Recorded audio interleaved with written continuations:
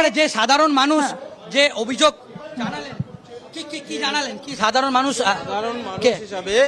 সাধারণ মানুষ হিসেবে আমাদের দাবি, আমাদের একটা সংগঠন রাজ্যের বৃহত্তর গ্রাজুয়েট টিচার্স অ্যাসোসিয়েশন। আমরা দীর্ঘ 7 বছর ধরে বিগত সরকারের আমলে আমাদের একটা দাবি নিয়ে আমরা লড়াই আন্দোলন করেছি, সরকারের দুয়ারে দুয়ারে গেছি, সরকার আমাদের গুরুত্বই দেয়নি, আমাদের কথাও শোনেনি। সেই সময়ে এই বর্তমান যে শাসক দল বিজেপির নেতৃত্ব, ইভেন আমাদের শুভেন্দু দা নিজেও এসেছেন আমাদের বিক্ষোভ সমাবেশে এবং সমর্থন করেছেন। ইভেন সমস্যাটা কি আছে? সমস্যা হচ্ছে পশ্চিমবঙ্গের হাই স্কুলগুলিতে দুটো ক্যাটাগরি শিক্ষক আছে, একটা পোস্ট গ্রাজুয়েট, একটা পাস গ্রাজুয়েট। এই দুটো ক্যাটাগরি শিক্ষকের মধ্যে অল ইন্ডিয়াতে বেতনের ফারাক যখন 2700 টাকা, ওয়েস্ট বেঙ্গলে সেটা 9200 টাকা। এই বৈমাতৃ সুলভ আচরণ শুধু ওয়েস্ট বেঙ্গলে আছে, আমাদের সাথে বঞ্চনা করা হয়েছে। ইভেন আমাদের হাইকোর্ট থেকে মহামান্য হাইকোর্ট একটা রায় দিয়েছিল, আমাদের বেতন বঞ্চনার দাবি সঠিক, আইনগত ভিত্তি রয়েছে, এটা সরকার দেখুক। সরকার আমাদের পাত্তাই দেয়নি, আমাদের বক্তব্য শোনেওনি। আমরা আশাবাদী এই সরকার আসার ফলে যেভাবে কাজ করছে, প্রশাসনের মতোই কাজ করছে, স্বচ্ছভাবে কাজ করছে এবং আমাদের দাবির মান্যতা পাবে, এটা আমরা আশাবাদী। আমরা আশাবাদী এবং উনি আমাদের রিপ্রেজেন্টেশন গ্রহণ করেছেন এবং উপযুক্ত দপ্তরে আমাদের দাবিটা যাতে সঠিকভাবে বিবেচনা করা হয় সেই আশ্বাস পেয়েছি।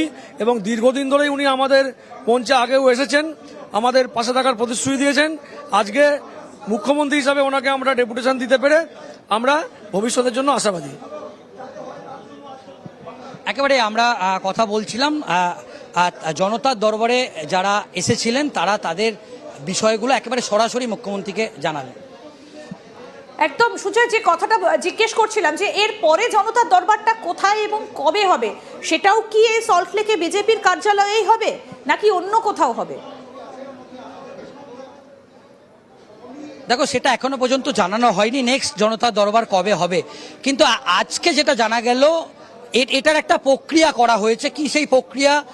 যারা সাধারণ জনতা তারা তাদের অভিযোগ জানানোর আগে এখানে একটি রেজিস্ট্রেশন তাকে করতে হবে এবং তাকে একটি রেজিস্ট্রেশন নাম্বারও দেয়া হবে।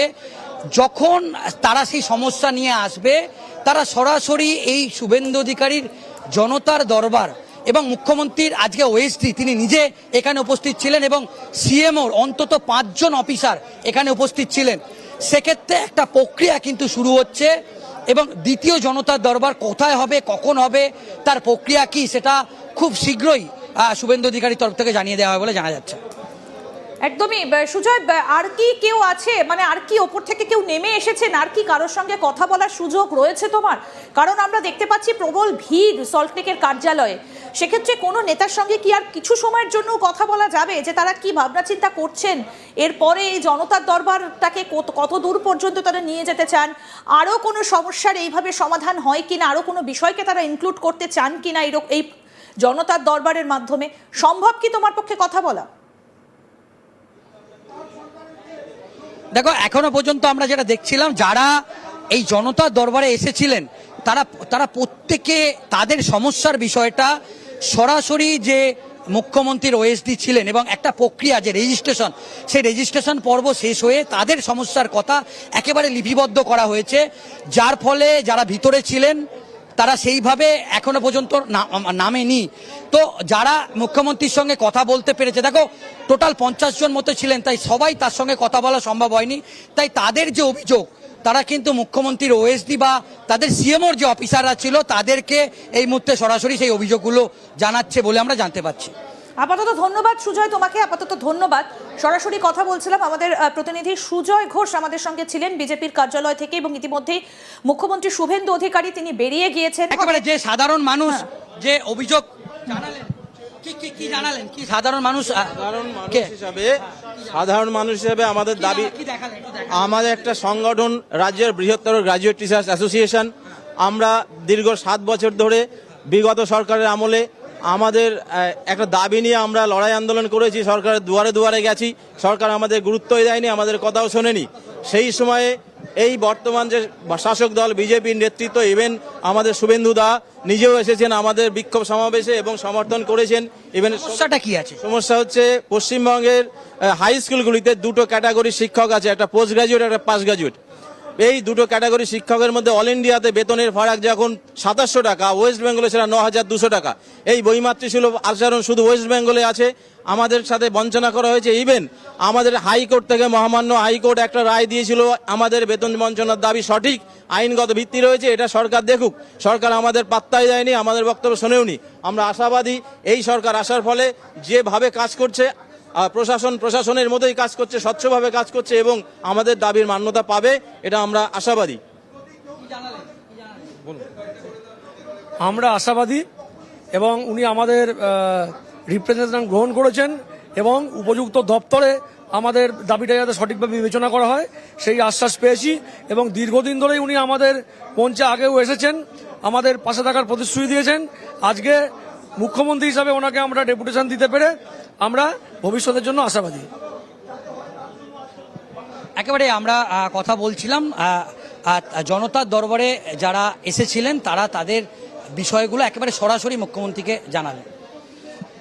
একদম সুজয়, যে কথাটা জিজ্ঞেস করছিলাম যে এর পরে জনতার দরবারটা কোথায় এবং কবে হবে, সেটাও কি এই সল্টলেকে বিজেপির কার্যালয়েই হবে নাকি অন্য কোথাও হবে? দেখো সেটা এখনো পর্যন্ত জানানো হয়নি নেক্সট জনতা দরবার কবে হবে, কিন্তু আজকে যেটা জানা গেল এটার একটা প্রক্রিয়া করা হয়েছে। কি সেই প্রক্রিয়া? যারা সাধারণ জনতা তারা তাদের অভিযোগ জানানোর আগে এখানে একটি রেজিস্ট্রেশন তাকে করতে হবে এবং তাকে একটি রেজিস্ট্রেশন নাম্বারও দেয়া হবে। যখন তারা সেই সমস্যা নিয়ে আসবে তারা সরাসরি এই শুভেন্দু অধিকারীর জনতার দরবার এবং মুখ্যমন্ত্রীর আজকে ওএসডি তিনি নিজে এখানে উপস্থিত ছিলেন এবং সিএমওর অন্তত 5 জন অফিসার এখানে উপস্থিত ছিলেন। সেক্ষেত্রে একটা প্রক্রিয়া কিন্তু শুরু হচ্ছে এবং দ্বিতীয় জনতার দরবার কোথায় হবে, কখন হবে, তার প্রক্রিয়া কি, সেটা খুব শীঘ্রই শুভেন্দু অধিকারীর তরফ থেকে জানিয়ে দেওয়া হবে বলে জানা যাচ্ছে। একদমই সুজয়, আর কি কেউ আছে, মানে আর কি ওপর থেকে কেউ নেমে এসেছেন, আর কি কারোর সঙ্গে কথা বলার সুযোগ রয়েছে তোমার? কারণ আমরা দেখতে পাচ্ছি প্রবল ভিড় সল্টলেকের কার্যালয়ে।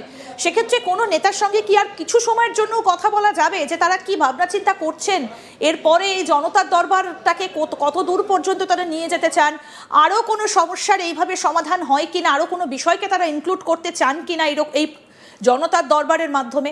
সম্ভব কি তোমার পক্ষে কথা বলা? দেখো এখনো পর্যন্ত আমরা যেটা দেখছিলাম, যারা এই জনতার দরবারে এসেছিলেন তারা প্রত্যেকে তাদের সমস্যার বিষয়টা সরাসরি যে মুখ্যমন্ত্রীর ওএসডি ছিলেন এবং একটা প্রক্রিয়া যে রেজিস্ট্রেশন, সেই রেজিস্ট্রেশন পর্ব শেষ হয়ে তাদের সমস্যার কথা একেবারে লিপিবদ্ধ করা হয়েছে, যার ফলে যারা ভিতরে ছিলেন তারা সেইভাবে এখনো পর্যন্ত নামেনি। তো যারা মুখ্যমন্ত্রীর সঙ্গে কথা বলতে পেরেছে, দেখো টোটাল 50 জন মতো ছিলেন, তাই সবাই তার সঙ্গে কথা বলা সম্ভব হয়নি। তাই তাদের যে অভিযোগ তারা কিন্তু